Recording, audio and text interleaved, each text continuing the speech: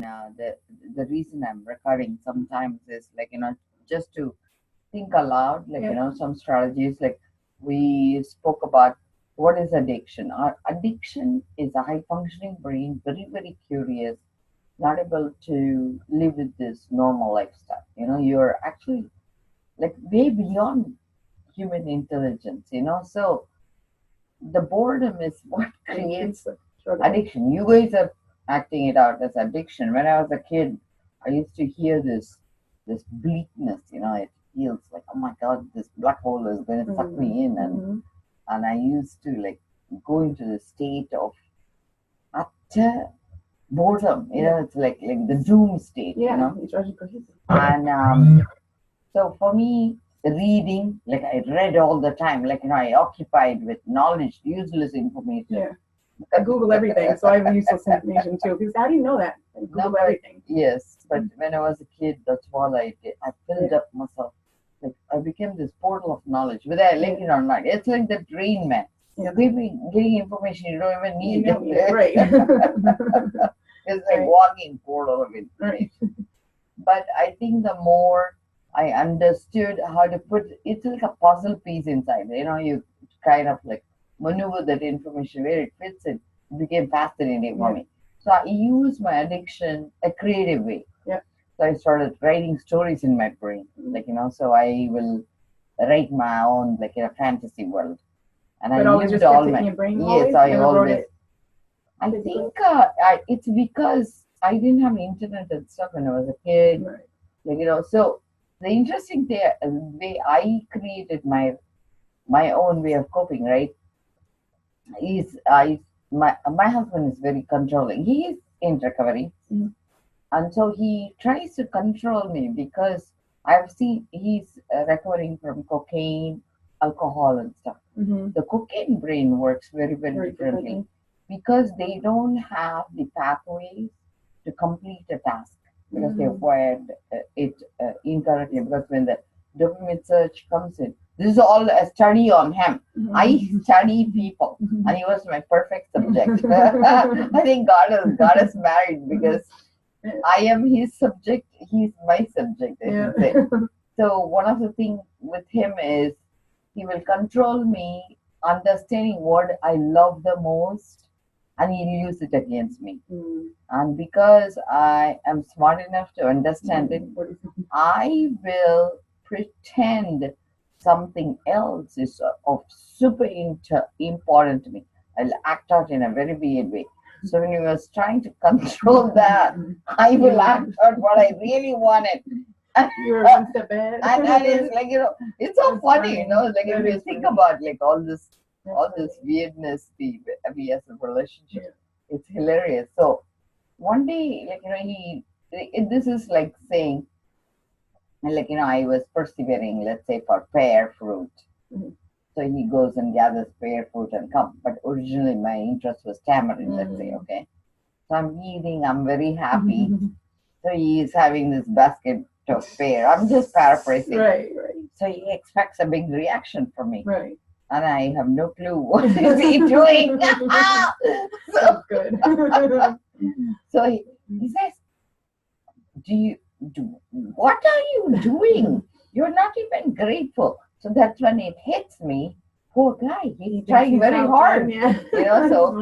So I decided to come clean. So I told him, I pretend to do this so that you would leave me alone for this. So do you know what he said? He says, do you know how exhausting it is to please you?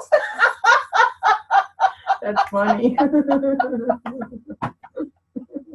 Again, but as a young couple, we tortured each other. Right? Yeah. So you learned this is what is hell is, It's like I'm exact. He says, I asked God for a spiritual wife. Yeah. And here he is whistling me back to him. That's funny. And I have to step back and laugh at my life. But it's like one side I laugh, one side is incredibly painful. And there was a girl who I shouldn't be laughing, but it's so life is so hilarious. The life of an addict and the family is hilarious if you think about it another way. But if you are in it, When you it live is in it, yeah, very it's not so miserable. funny, Afterwards Right. it's funny. So this girl comes. She's 19. She's like so cute. So she says to me, "My boss called me. I am awful. I'm so heartbroken." I'm like, I wanted to really burst out laughing. So I'm like, so I look at her, and it's so overwhelming. My love for her. Yeah. So, I mean, she said, I asked him, "Are you serious?" And he says to me, "No. Sometimes you are actually worse." She says, "I'm heartbroken." And that's exactly like my life was, Right. my life was miserable. Yeah.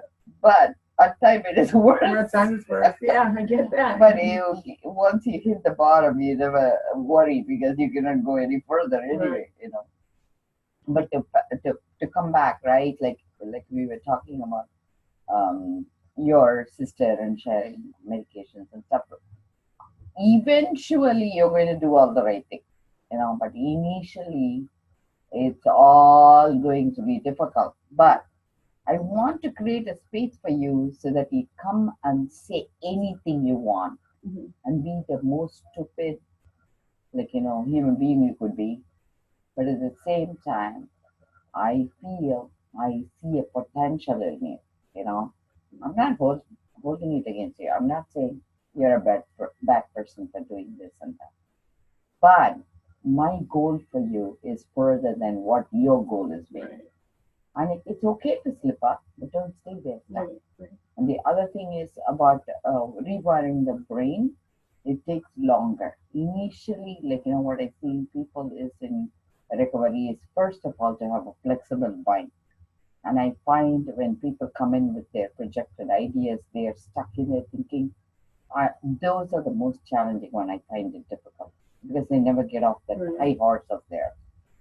So I try to see whether I can bring them a notch down. Yes. But sometimes happen it doesn't.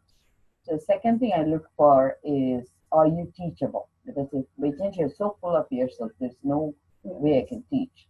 The third thing is I'm trying to see whether I can give you guidelines. Can you follow? The first goal to achieve is, are you able to stay with a time commitment? Are you coming weekly? Are you making, because that is a lot of effort for you. Right. To come see me every week, probably you're wasting 4 hours, right? Right, yeah. Getting ready, getting out of bed, and all that. it's so annoying. But people say, "Oh, I can't work because of this, blah blah blah." But you know what? Making money is number one reason you'd stay addicted. I'd rather you be poor than make money. Yeah, that's true. Because in the long run, actually, by being in the poverty, you learn integrity better. One of my friends, she went from here. They were software engineers, went to Florida. They became bankrupt first. They were trying to do like cruise ship, like delivering food. The reason I'm bringing it up is she said she was so broke, she didn't have money to fill her gas tank. Okay. So she goes, That's the position I'm in right now, yeah. So she goes to the gas tank and she says she was like looking for $3 to fill gas. It's embarrassing, but yeah. And so when she was looking, she says the guy who is running the gas tank looks at her, realizes what's going on. She doesn't even need to ask. He says, "I'm going to fill it for you, don't worry." And she says that's when she understood what grace is. And I feel addiction, poverty is all about understanding integrity and grace. Because what we are doing is understanding. See, before we were so bored because we are engaging only with our mind. We are doing a fantasy world, right? First time we are seeing human beings. What is it like? What is the sweetness of compassion? But if we are not poor in that dire poverty, we never know what is sweetness of human being is and kindness is. I feel only when you hit the rock bottom, you'll know. For me, I was poor in this country when I came. Me and my dad, we used to share Before Dunkin' Donuts, they used to sell coffee for 79 cents. That's once upon a time. That probably is the time when you were not even born. I don't know. A kid then. So we were broke, and we were in my car. We both were sleeping in our car. So we went to a McDonald's, or I forgot whether it's a Burger King or McDonald's. I don't want to make discrimination. I don't want to promote one or the other, but it's one of the fast food.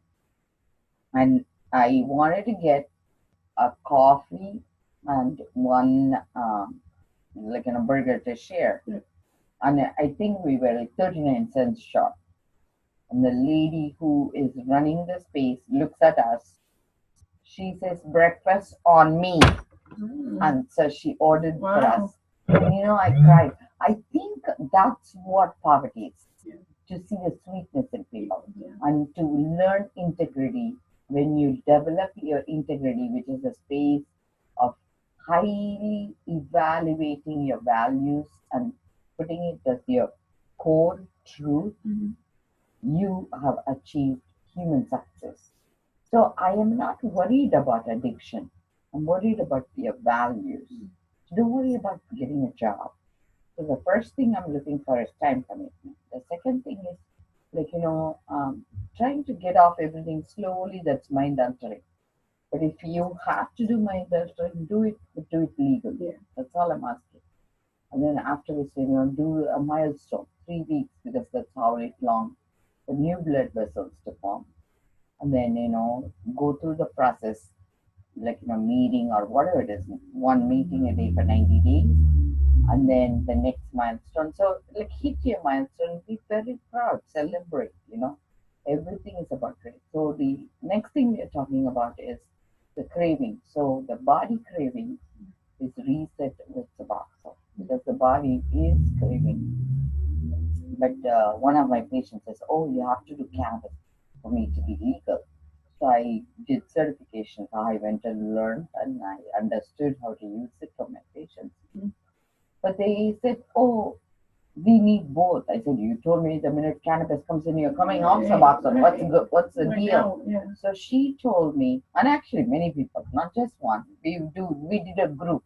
I studied my patient. That's how I learned, understood how to be of service to them. And so one of the things she told me was the body cravings is taken away by Suboxone. I don't wake up with icky pain, cold sweats and other stuff. But she says the mind still craves. And that's what we said, the cannabis. I said, oh, that makes sense. And then the third thing is, one guy said, suddenly his hand will flick and they will be sleeping together, him and his wife, and it embarrassed him, to have just jerky movement. And that's when neurontin comes in. But I know all three are addictive. And people worry about, what if I don't ever worry about what if. Right now I need to get you from elementary school to next stage. Let's worry about the next stage, next stage. And then it takes 18 months to rewire the brain to get to the pleasure factor where you enjoy food, you enjoy movie, you enjoy your another person's company, because it's so difficult to become a social animal, so to speak, And one guy told me, he says, how hard it is. I am doing everything to stay clean. My family doesn't recognize the amount of time I put in. They say, what big deal? Welcome to the world.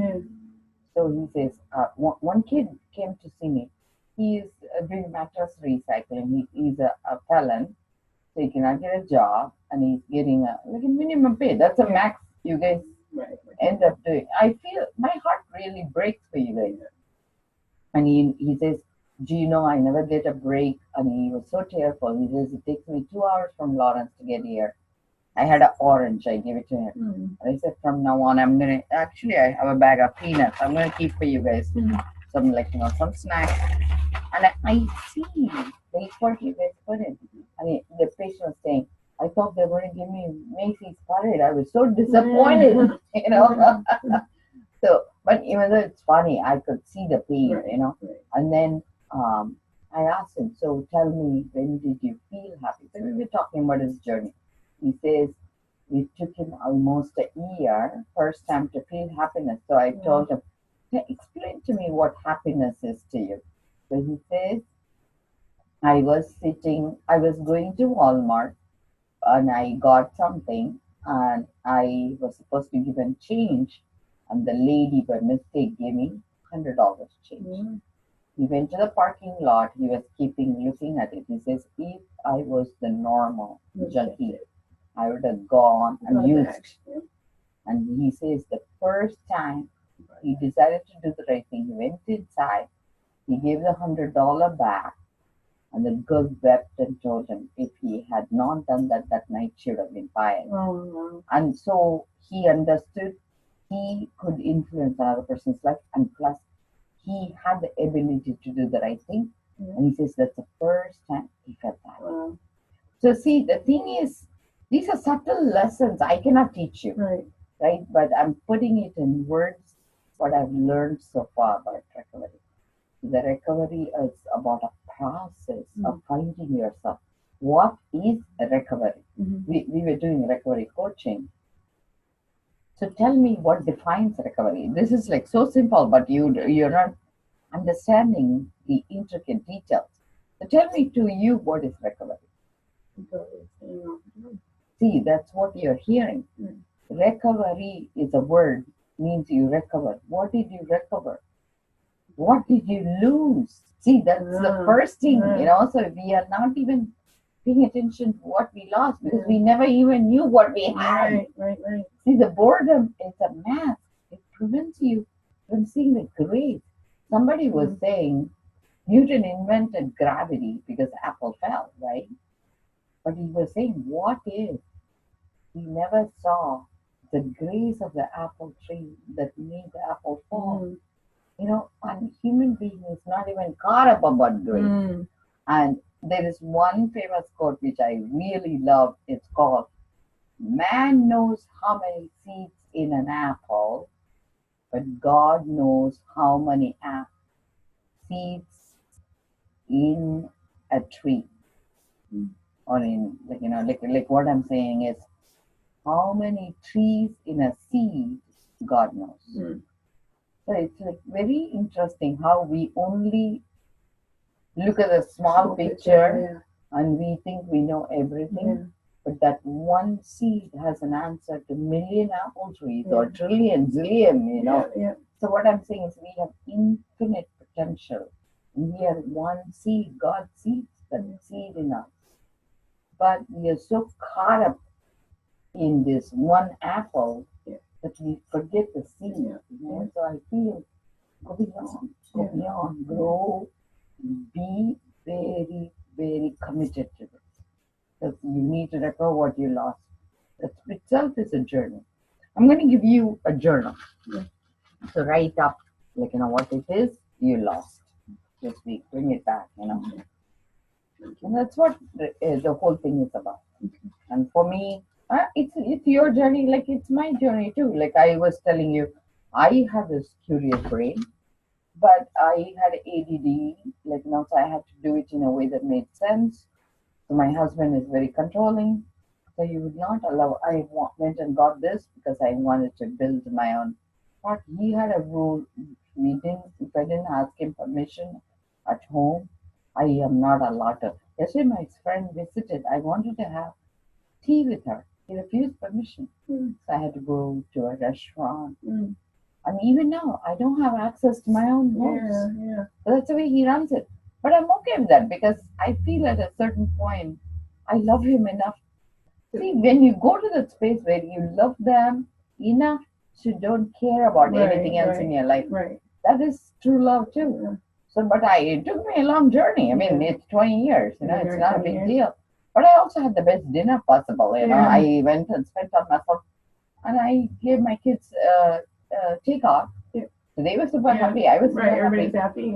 But then when I put it together, I said, why don't I bring my yard here? So I became bonsai forest. So I started studying bonsai, and I'm doing it, and it occupies my brain so much. In one little space, like in a microscope, I'm observing everything. The the fruit fly flying, it's like, so it's a perfect journey for me. It's like honey, I shrunk the kids. So I feel I don't care anymore being controlled. If you control me, I'm going to expand myself another Right, way. in another way, right. So my husband has not fathomed me yet. And I feel I don't care to be fathomed. Right. I always going to distract him. That's my agenda. So this should be what I lost. I write in here what I lost. No, what I am asking you to do is, what is life to you? See, like actually today I was doing a meditation and I'm going to read out. This week, every week I do meditations and it's also a 12-step program we run. So I do it as a step meeting. This week, the 7th step. Are you doing a 12th step? It'd be good for you to do one meeting a day for 90 days. 7th step is humbly ask him being our super consciousness. It could be her, if you like her, or it, or whatever it is that gives you. For me, forest. I love forest. So humbly asked him to remove our shortcomings. Him, you paraphrase it the way you want. Okay, and then the weekly meditation today is to see the cosmic consciousness pervasive in everything and every being. So I decided to do a meditation on that because that's a whole, the meditation part is to see everything and everywhere, this divine consciousness or cosmic consciousness. What does it mean? So nutshell, like, I was listening to another prayer session and what I'm going to read out is, it was so fascinating. It said, when I was doing the meditation, I felt the energy flow through and come to my back, and it was right up on where the T1, the start of autonomic nervous system, but where the heart energy also is T4, the energy swirled there. And when I'm looking up, because in ancient Veda, they call it Veda, which is a vernacular way they transmitted knowledge. So that energy is called Kali, the power. So what is that power is, no suffering state is power, able to stay awake is power, compassion is power, power-filled male potential, I know that's testosterone, is power, sweet essence of music is power, whatever makes the flow of life smooth, that intelligence is power. Sins committed through ignorance, learning from that and making amends is power. Light emanating from inside is state of power. And ultimately, the blissful dance that swirls and ends there is power, power, power. Isn't that amazing? And so they say 9 is completion. So like, I was boggled. Like I didn't even understood what is this cosmic power. I was saying, oh my God, just by meditation. And they give this state of power, right? It like, it is like literally the song they play. And it looks so gross. It initially freaked me out. Oh, yeah. So I'm gonna bring my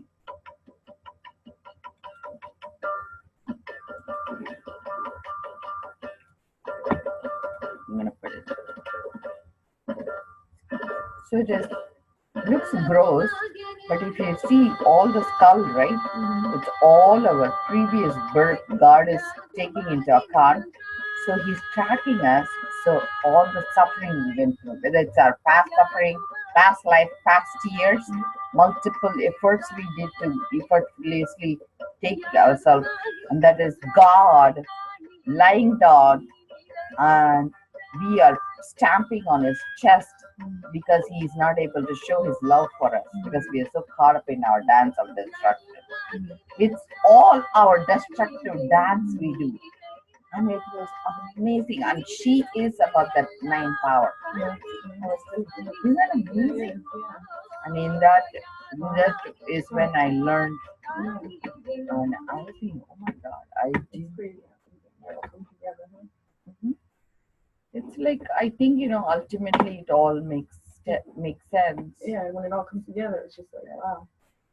See, I said tense, Yeah. right? Because I have visual brain, and I hear people as a song because English is my third language. Your third language.